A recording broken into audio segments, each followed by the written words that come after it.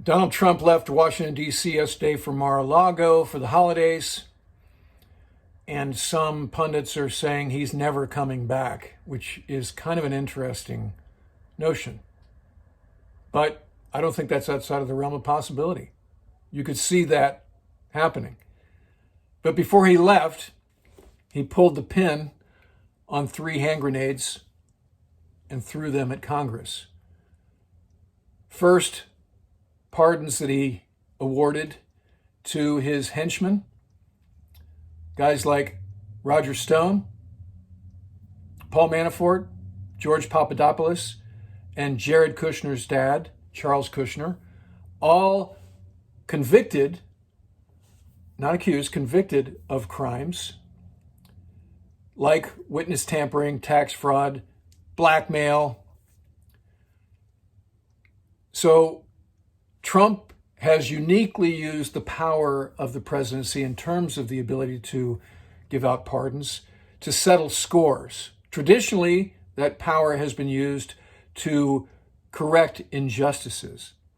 But Trump has used it to settle scores and to continue to shape this false narrative that the impeachment was unwarranted and a hoax.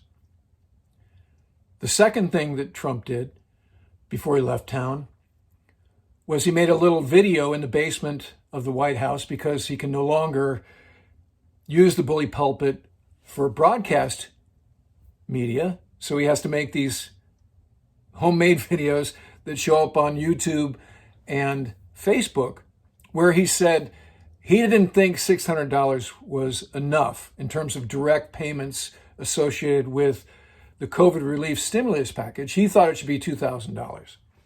So he made this statement without coordinating with the GOP lawmakers who spent weeks trying to come up with this stimulus package that he might sign and put into law. So when he said that, people like Nancy Pelosi, AOC, and the squad high-fived each other and went on their own messaging campaign to say, we agree with the president. And we said from the outset that those direct payments should be no less than $2,000.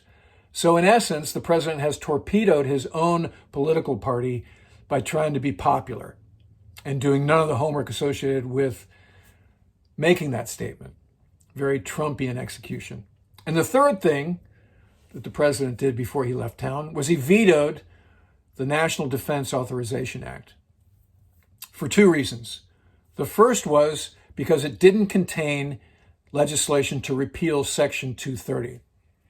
Now, Section 230 is the Communications Decency Act that was created in the early days of social media to ensure that the Twitters and the Facebooks of the world could not be sued for content put on their platforms.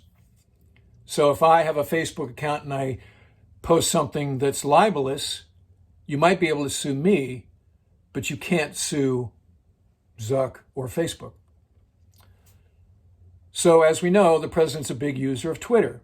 And as we also know, if we read Twitter and have read Twitter in recent months, Twitter has had to put warning labels on the president's false tweets about the election outcome, the existence of massive voter fraud, and the electoral college results.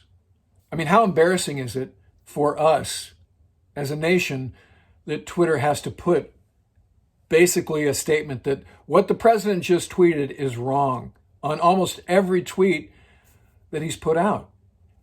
So, as we know about Donald Trump, there's nothing more he hates than being told he's wrong. So he wants to go after Twitter. However, Section 230 keeps him from doing that. Now, he's couched this in, Section 230 makes it easy for foreign governments to put out false narratives, as if he cared about that, in the wake of the 2016 election and Russian involvement. So we know what his motive is. So that's why he wants this in the NDAA. It's not there.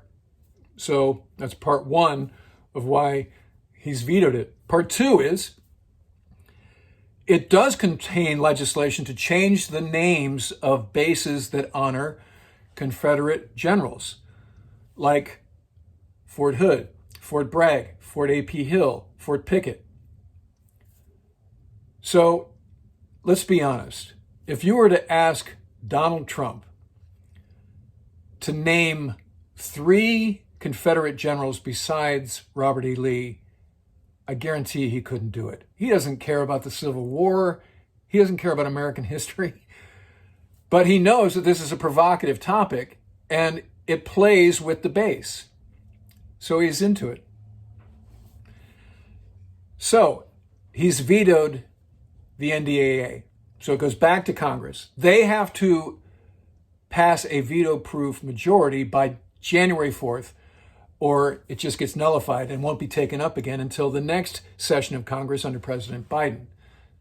In the meantime, the Pentagon has to operate under what's called a continuing resolution, which means no pay raise.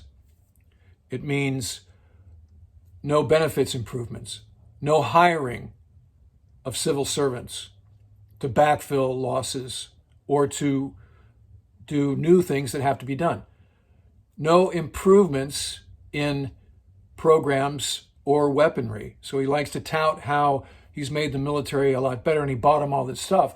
Well, by vetoing the NDAA, they're not going to be able to buy that stuff, including cyber war defense stuff that we need to counter what's happened lately in terms of the hacking of some of the Pentagon's network systems. So we'll see what Congress does. Hopefully they can pass a veto-proof majority and we can get this NDAA into law. In the meantime, please don't tell me the president supports the troops. All right. So probably won't do a show tomorrow.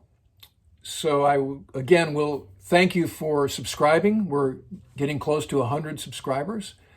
So I appreciate your support. I wish you and yours a Merry Christmas, Happy Holidays, and we'll see you in a couple of days.